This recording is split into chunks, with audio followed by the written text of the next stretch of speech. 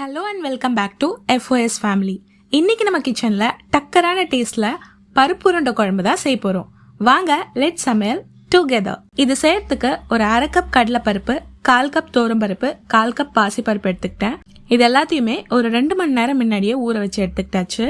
இப்போ இதுல இருக்க தண்ணிய ஃபில்டர் பண்ணிட்டு இதோடவே 3 காஞ்ச மிளகாய், 4 பல்லு பூண்டு, 1/2 ஸ்பூன் ஜீரகம் இதெல்லாம் சேர்த்து ஒரு மிக்ஸி ஜார்ல போட்டு 2 பல்ஸ் மட்டும் விட்டு எடுத்துக்கோங்க. இதை நம்ம உருண்டை பண்ணி குழம்புல போட போறதுனால பேஸ்ட் மாதிரி அரைச்சா உருண்டை பிடிக்க வராது. ஸோ வடை மாவு எப்படி இருக்குமோ அந்த கன்சிஸ்டன்சில நம்ம அரைச்சு எடுத்துக்கலாம். இப்போ இதை அப்படியே எடுத்து ஓரமா வச்சுக்கலாம்.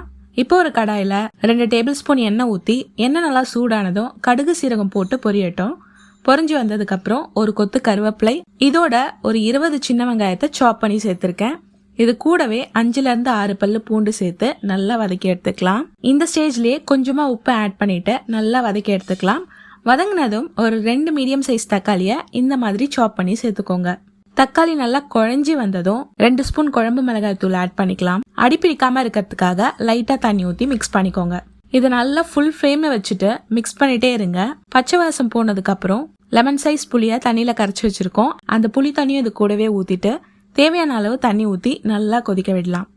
இப்போ நம்ம ஆல்ரெடி ரெடி பண்ணி வச்சிருக்க மாவுல வெங்காயம், பச்சை மிளகாய், கருவேப்பிலை, உப்பு, லைட்டா பெருங்காயம் எல்லாம் சேர்த்து நல்லா மிக்ஸ் பண்ணிட்டு இந்த அளவுக்கு குழம்பு நல்லா கொதிச்சு வந்ததும் உப்பு செக் பண்ணிட்டு தேவையான அளவுக்கு ஆட் பண்ணிக்கலாம். இப்போ நம்ம ரெடி பண்ணி வச்சிருக்க மாவை சின்ன சின்ன உருண்டையா பிடிச்சு ஒன்னா இதுல சேர்த்துக்கலாம். மீடியம் ஃப்ளேம்ல மூடி போட்டு ஒரு 10 நிமிஷம் வேகட்டும். இப்போ இந்த உருண்டை நல்லா வெந்திருக்கும். குழம்பு நல்லா கொதிச்சு வந்ததும் ஸ்டவ் ஆஃப் பண்ணிடலாம். இந்த ஸ்டேஜ்ல சில பேர் தேங்காய் பிளஸ் சீரகம் அரைச்சி ஊத்துவாங்க. நம்ம வீட்டுல தேங்காய் அரைச்சி சேர்த்தா பிடிக்காது. ஸோ அதனால நான் சேர்க்கல. உங்களுக்கு தேங்காய் ஃபிளேவர் பிடிக்கும் அப்படின்னா தேங்காயும் ஜீரகம் மட்டும் லைட்டா தண்ணி ஊத்தி அரைச்சு இந்த ஸ்டேஜ்ல ஆட் பண்ணி ஒரு கொதி வச்சு இறக்கிடுங்க. அவ்வளோதாங்க. ஒயிட் ரைஸோட சர்வ் பண்ணீங்கன்னா வேற லெவல் டேஸ்ட்ல இருக்கும். ரொம்ப என்ஜாய் பண்ணி சாப்பிடுவாங்க. நீங்களும் கண்டிப்பா ட்ரை பண்ணிட்டு எப்படி இருந்துச்சுன்னு கமெண்ட்ஸ்ல சொல்லுங்க.